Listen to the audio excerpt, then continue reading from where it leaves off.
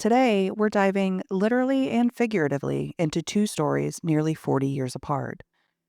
Hi, I'm Mallory Faust, and this is This Again, a show about how the past has this annoying habit of crashing the party that we call the present.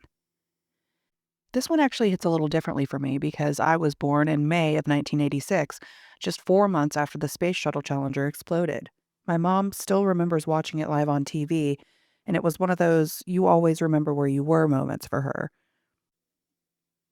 I've also heard people say that it was the first time they saw adults crying over people they didn't even know. And if you're like me, you probably remember another moment, one that came decades later but carried the same kind of weight in your chest. The implosion of the Titan submersible in 2023 wasn't broadcast on live television, it was the opposite, really silent, remote, and unseen. But once again, it was a group of adventurers chasing the edge of what's possible. And like the Challenger explosion, the people in charge had been warned. One reached for the stars, one went to the ocean floor, and in both, the fatal mistake wasn't a fluke. It was human nature. So let's rewind and let's get into it.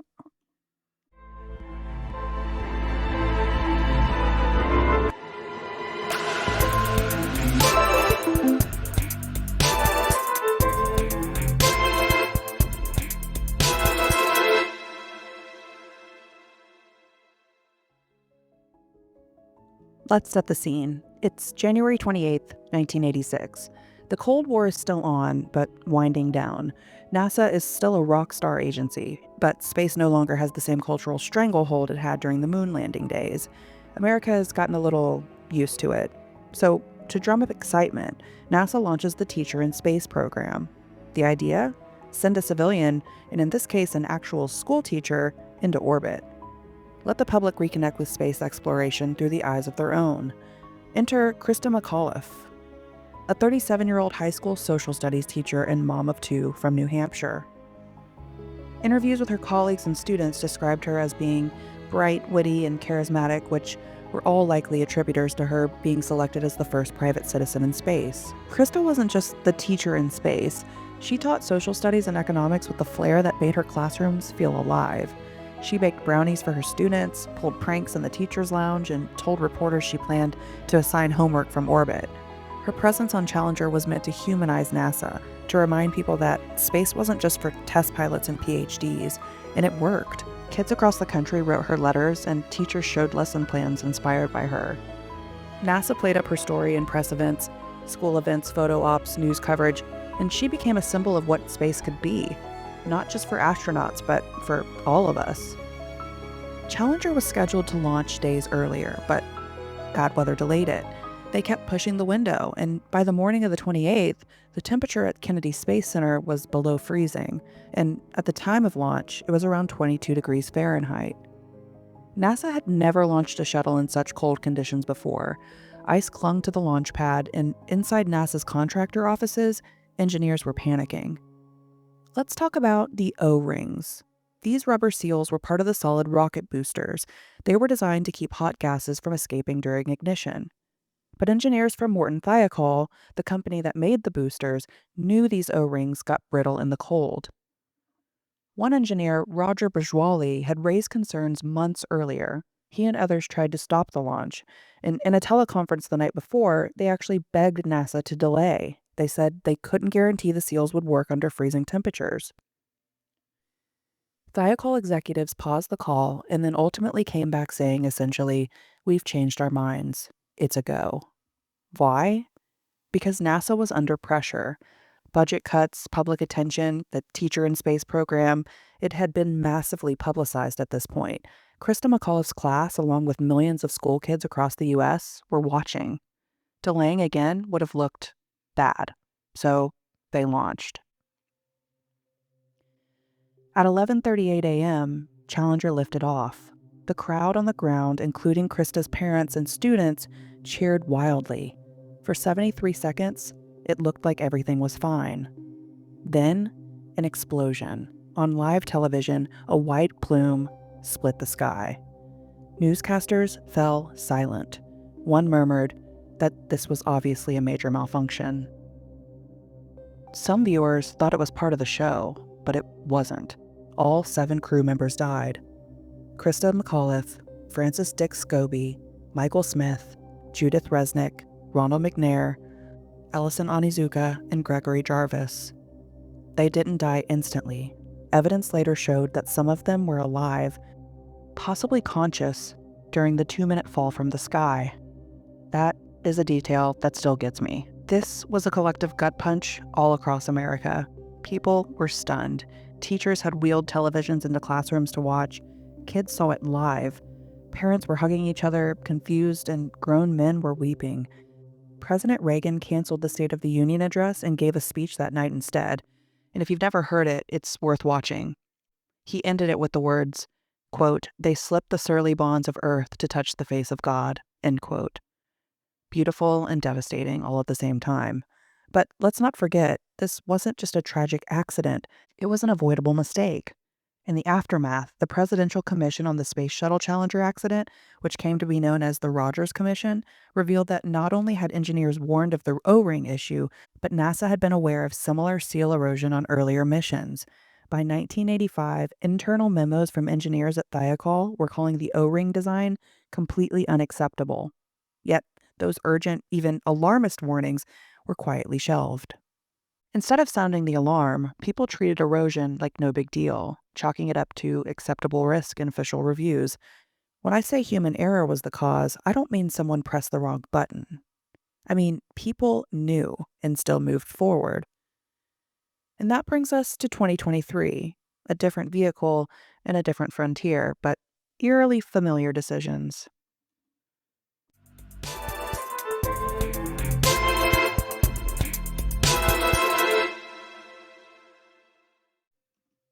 So now we go from the stars to the sea.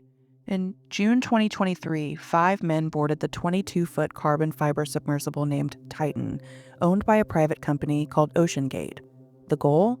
To dive nearly 13,000 feet below the surface to the wreckage of the Titanic. Yeah, that Titanic. While Titan had done several dives before, this trip was still considered very much experimental. And the waiver that they had to sign was honestly so eerie to read, I just have to read a couple of parts of this. Quote, "A portion of the expedition will be conducted inside an experimental submersible vessel that will dive 3,800 meters to the shipwreck of the Titanic. The experimental submersible vessel has not been approved or certified by any regulatory body and is constructed of materials that have not been widely used for manned submersibles. As of the date of this release, the experimental submersible vessel has conducted fewer than 90 dives, and 13 of those dives reached the depth of the Titanic. Prior to my participation in the expedition, there have been as few as 13 dives to Titanic depths in the submersible. When diving below the ocean surface, this vessel will be subject to extreme pressure, and any failure of the vessel while I am aboard could cause me severe injury, disability, emotional trauma, other harm, and/or death. I understand that I may decline to participate in any dive below the ocean surface or any activity of the expedition at any time." End quote. And that's not small print. That's the third and fourth paragraph of the 4-page waiver. But OceanGate CEO Stockton Rush wanted to disrupt deep-sea exploration. He said he hated the word tourist. He saw himself as a maverick, a pioneer, a man not bogged down by red tape. And he once said, and this is a direct quote, "At some point, safety just becomes pure waste. If you want to just be safe, don't get out of bed." And look, I enjoy a spicy soundbite as much as anyone, but when you're saying stuff like that before plunging people 2 miles underwater inside a homemade PlayStation controller-operated tin can, maybe we should be talking about safety a little. So to be clear, OceanGate's Titan had made a handful of successful dives to the Titanic before 2023, but it was still considered very much experimental. It was the first and only sub ever built with a carbon fiber pressure hull for those depths, and no one had ever proven the material could handle repeated trips to 13,000 feet without weakening. Experts warned that unlike titanium or steel, carbon fiber fatigues silently. One microscopic flaw could grow with every dive. OceanGate also decided not to seek certification from marine safety organizations like the American Bureau of Shipping, as Stockton Rush said, He didn't want innovative ideas to be held back by bureaucracy. And look, I get the frustration with red tape. Innovation does need room to breathe, but the deep ocean isn't an idea. It's not a metaphor. This was 13,000 feet of bone crushing pressure. Water pressure at Titanic depth is around 6,000 pounds per square inch.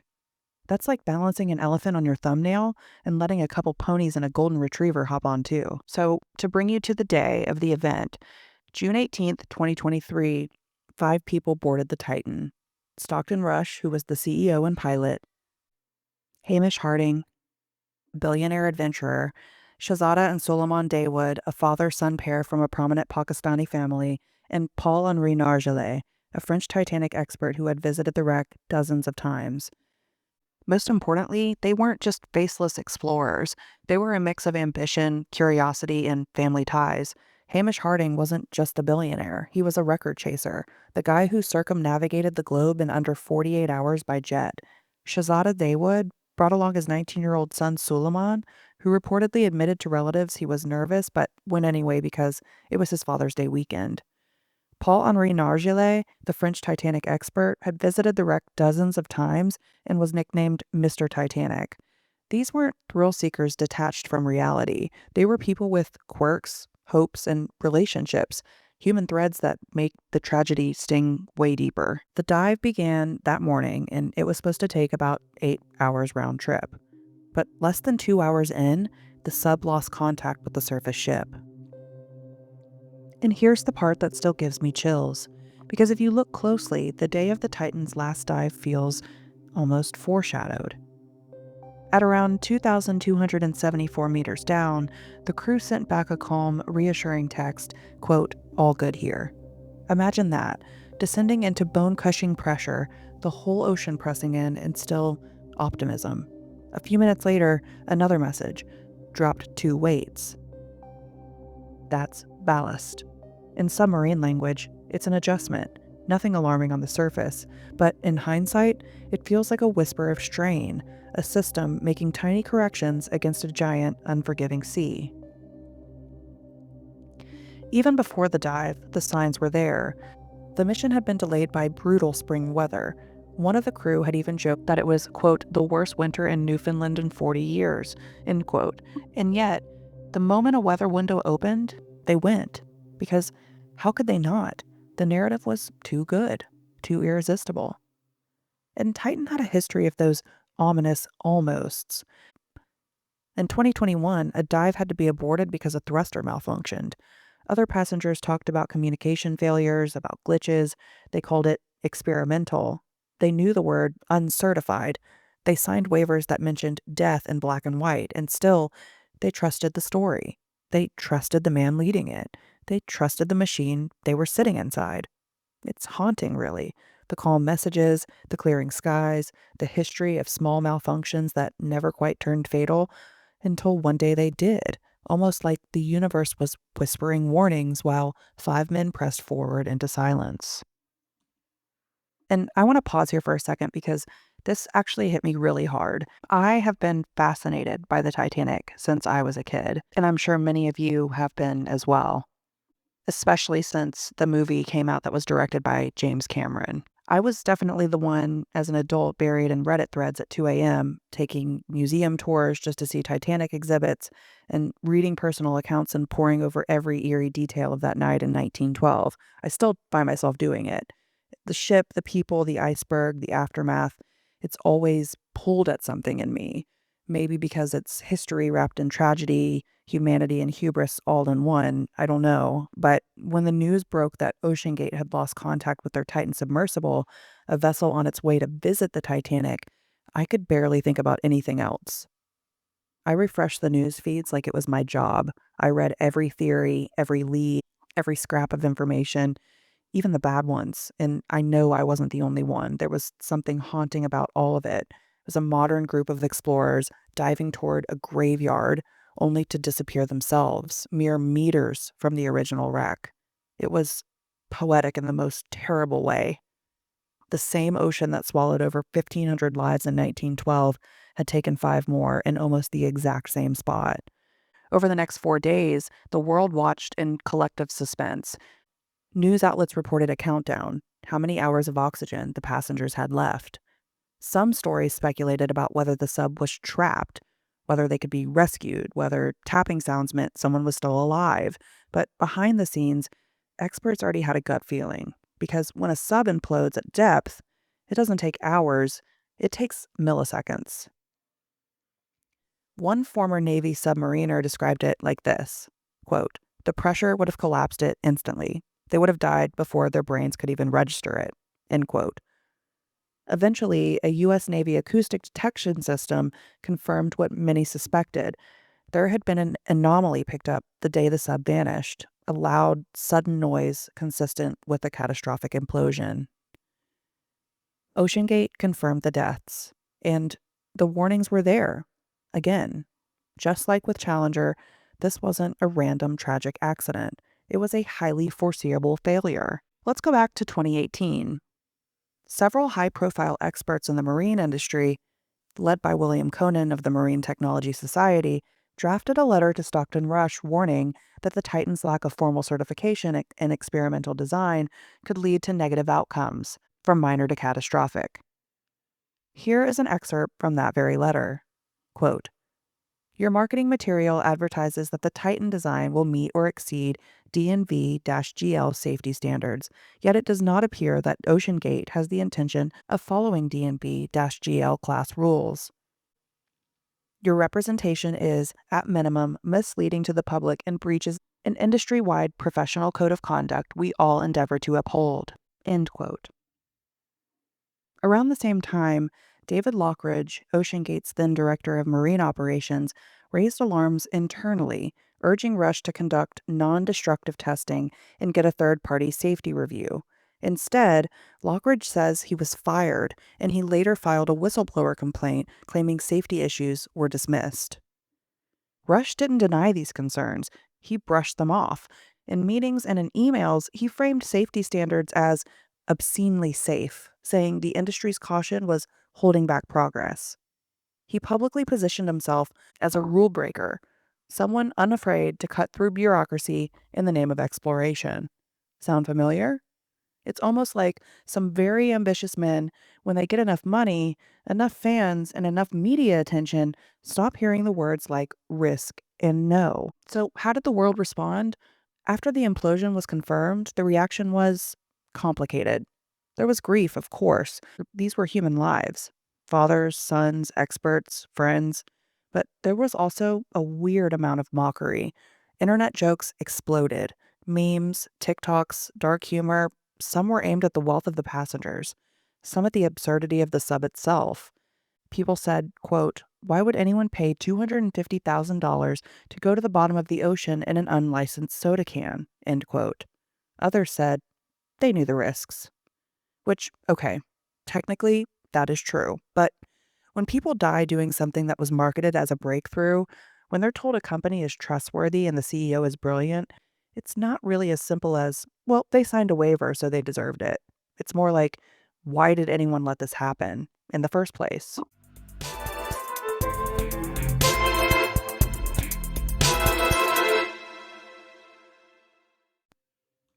So, to recap, 2 tragedies, 7 astronauts, 5 explorers, no survivors. Different vehicles, different eras, same devastating ending. And here's the thing, in both stories, people warned them, and in both, those warnings got brushed off. So, what happened? Let's talk about the psychology of not listening. This isn't just about tech or design flaws. It's about human behavior, and that's what this show is really about, how we, as humans, find creative, determined, sometimes spectacular ways to ignore the very things that could save us.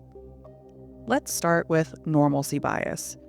It's this little liar in your brain that says, things have always worked out before, so this time it will be fine too. NASA had launched 24 successful shuttle missions before Challenger. OceanGate had done several Titanic dives before Titan. No disasters. Yet. And so we start to think that the absence of catastrophe is the proof of safety, but really, it's just borrowed luck. Then there's the problem of ego.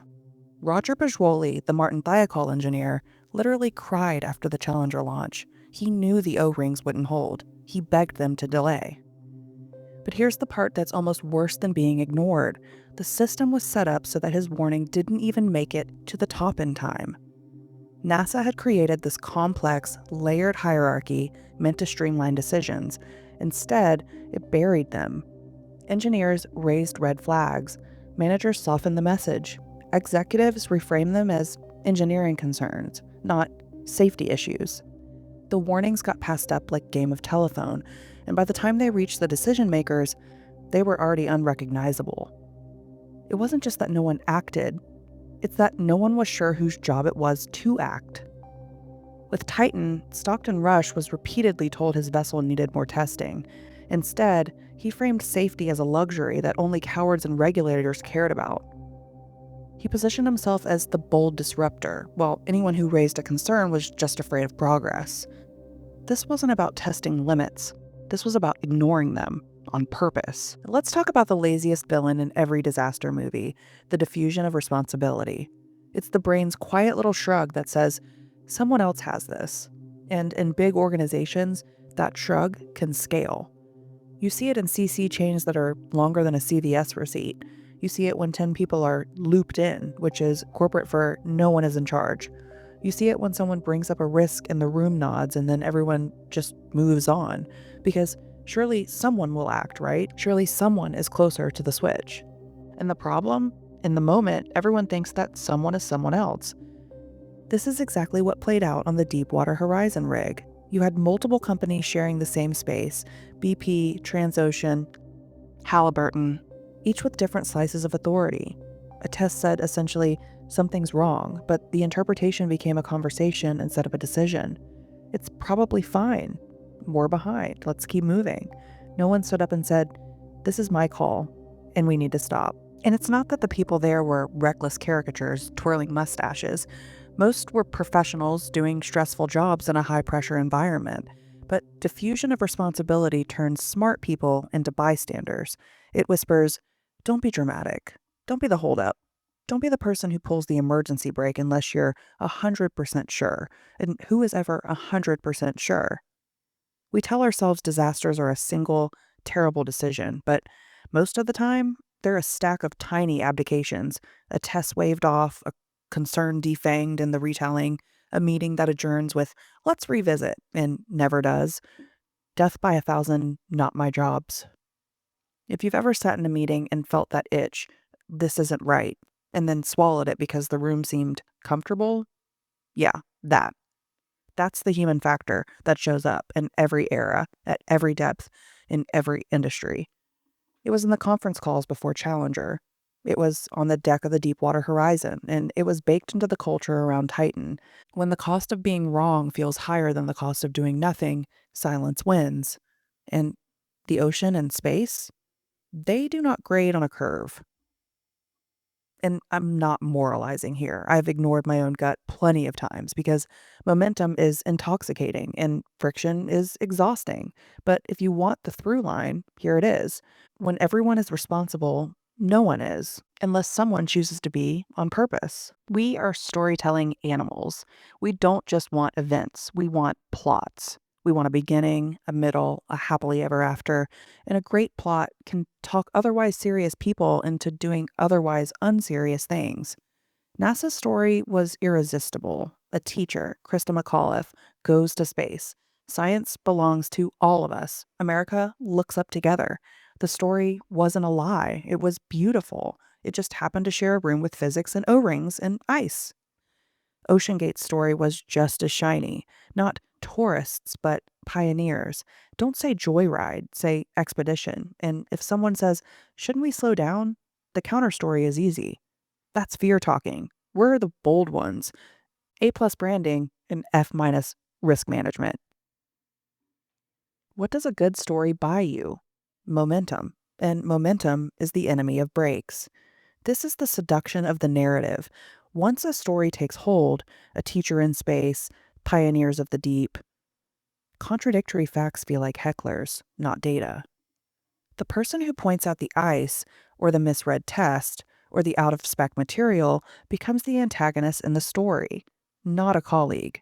They're a vibe killer. That's how you get meetings where the awkward question is not, are we within our safety envelope? But how do we keep the narrative intact? And once that framing sneaks in, truth starts getting routed through PR before it gets to engineering. We sand the edges off alarming words. We say anomaly instead of danger. We call risk a known issue. We downgrade urgency because urgency is messy. The punchline you already know: reality does not care about your plot. The ocean does not care about your brand.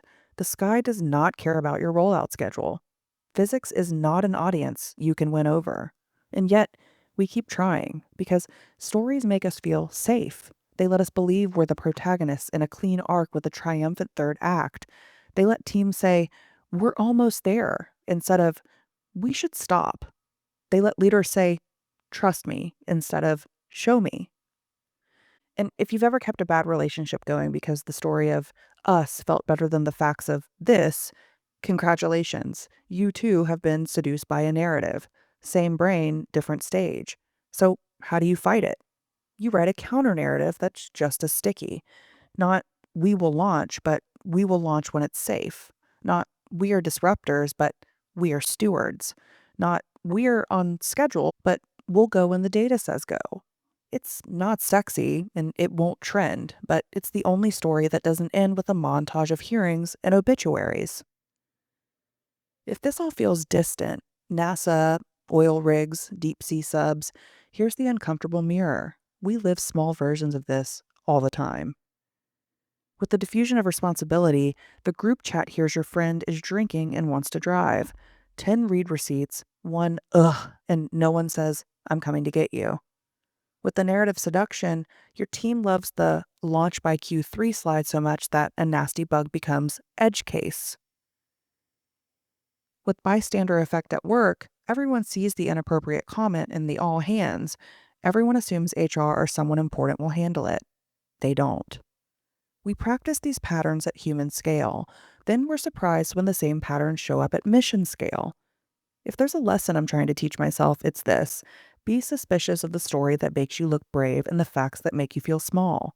One of those is usually lying.